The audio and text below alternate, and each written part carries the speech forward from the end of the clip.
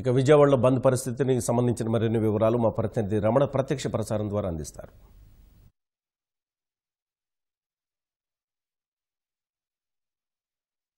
రాష్ట్రానికి ప్రత్యేక హోదా సహా విభజన హామీలను వెంటనే అమలు చేయాలని డిమాండ్ చేస్తూ రాజకీయ పార్టీలు ఇచ్చినటువంటి బంద్ ప్రశాంతంగా కొనసాగుతుంది. విజయవాడలో ఏకోజామునే బస్టాండ్లకు చేరుకున్నటువంటి పలు పార్టీల నేతలు, సిపిఐ నేతలు, అలాగే ప్రత్యేక హోదా సాధన సమితి నేతలు సహా పలు ప్రజా సంఘాల నేతలు ఎక్కడికక్కడ బస్సులను బయటికి రాకుండా అడ్డుకున్నారు. పండిట్ నెహ్రూ బస్ స్టేషన్ నుంచి ప్రతిరోజు ఉదయాన్నే 6 గంటలకు సర్వీసులు ప్రారంభమవుతాయి. ఇవాళ ఉదయం నుంచే ఇక్కడికి వచ్చి బస్సులు వెళ్లేటువంటి ప్రధాన మార్గం దగ్గర ఆందోళనకు దిగడంతో ఉదయం నుంచి కూడా బస్సులన్నీ కూడా బస్టాండ్కే పరిమితమయ్యాయి. ప్రస్తుతం మనం చూడవచ్చు విజయవాడ పండిట్ నెహ్రూ బస్ స్టేషన్ నుంచి ప్రతిరోజు 3000కు పైగా బస్సులు సర్వీసులు పలు ప్రాంతాలకు నడుస్తూ ఉంటాయి. ఇవాళ బంద్ కారణంగా ఉదయం నుంచే కార్మికులందరూ కూడా బంద్కు సంపూర్ణ మద్దతు ప్రకటించడంతో బస్సులు ఎక్కడికక్కడ నిలిచిపోయాయి. పలు ప్రాంతాలకు ఇటు జిల్లాలకు వెళ్లేటువంటి బస్సులు సహా ఇటు స్థానికంగా తిరిగేటువంటి సిటీ బస్సులు అన్ని కూడా డిపోలకే పరిమితమయ్యాయి.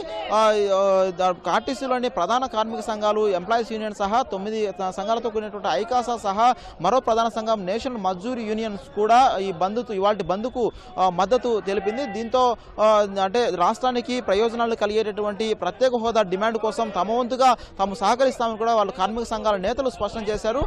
దీంతో ఇవాళ అంటే ఎలాంటి ఇబ్బందులు లేకుండానే బంద్కు కూడా కార్మికులు సహకరించడంతో ఎలాంటి ఇబ్బందులు లేకుండానే బంద్ ప్రశాంతంగా కొనసాగుతుంది. ప్రస్తుతం విజయవాడ పండిట్ నెహ్రూ బస్ స్టేషన్ ముందు ఇటు సిపిఐ నేతలు, అలాగే వామపక్షాల నేతలు, కాంగ్రెస్ సహా ప్రత్యేక హోదా సాధన సమితి ఆధ్వర్యంలో ఆందోళన కొనసాగుతుంది. జాతీయ రహదారిపై పండిట్ నెహ్రూ బస్ స్టేషన్ పక్కన ఉన్నటువంటి జాతీయ రహదారిపై బైఠాయించి నిరసన తెలియజేస్తున్నారు. కార్యకర్తలు అందరూ కూడా రోడ్డుపైనే పడుకొని కేంద్రానికి వ్యతిరేకంగా నినాదాలు చేస్తున్నారు. ప్రస్తుతం పిసిసి అధ్యక్షుడు రఘువీరారెడ్డి సహా ప్రత్యేక హోదా సాధన సమితి అధ్యక్షుడు చలసాని శ్రీనివాస్ సహా సిపిఐ నేతలు ఇవాళ ఇప్పుడు జరుగుతున్నటువంటి ఈ ఆందోళనలో పాల్గొన్నారు.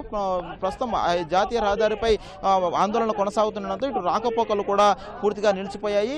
ఇటు జిల్లా వ్యాప్తంగా కూడా ప్రతి డిపో ఆవరణలు కూడా వామపక్షాలు సహా కాంగ్రెస్, అలాగే ప్రత్యేక హోదా సాధన సమితి పలు ప్రజా సంఘాల నేతలందరూ కూడా డిపోల ముందు ఆందోళనకు దిగి బస్సులను రాకపోకలను అడ్డుకున్నారు.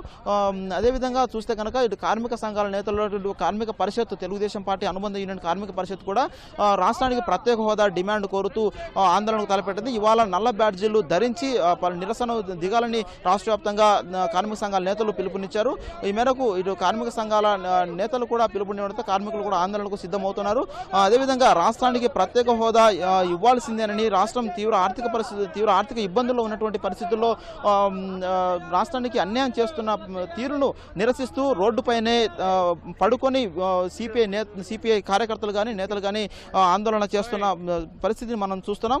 అదేవిధంగా ఇవాళ బంద్కు ఇక్కడ జిల్లా వ్యాప్తంగా కూడా ఇప్పటివరకు అయితే బంద్ ప్రశాంతంగా కొనసాగుతుంది. అన్ని బస్ డిపోలను కూడా బస్సులు ఎక్కడ బయటికి రాని పరిస్థితి ఉంది. అదేవిధంగా ఇవాళ బంద్కు ఏపీ లారీ ఓనర్స్ అసోసియేషన్ కూడా మద్దతు ప్రకటించింది. దీంతో రాష్ట్ర వ్యాప్తంగా తిరిగేటటువంటి లారీలన్నీ కూడా ఎక్కడికక్కడ నిలిపివేశారు. అదేవిధంగా పలు ఆటోల సంఘాలు కానీ పలు ప్రజా సంఘాలు, అలాగే విద్యార్థి సంఘాలు కూడా బంద్కు మద్దతు ప్రకటించాయి. ప్రజలు కూడా స్వచ్ఛందంగా బంద్కు మద్దతు ప్రకటించడంతో ఎక్కడికక్కడ దుకాణాలు కానీ అలాగే విద్యా సంస్థలు కూడా మూతపడ్డాయి. ఇటు రవాణా సంబంధించి ఇటు ఆటోలు కానీ బస్సులు కానీ లారీలు కానీ తిరగని కారణంగా విజయవాడ పరిసరాల్లో మొత్తం కూడా రహదారులు బోసిపోతున్న పరిస్థితి కనిపిస్తుంది.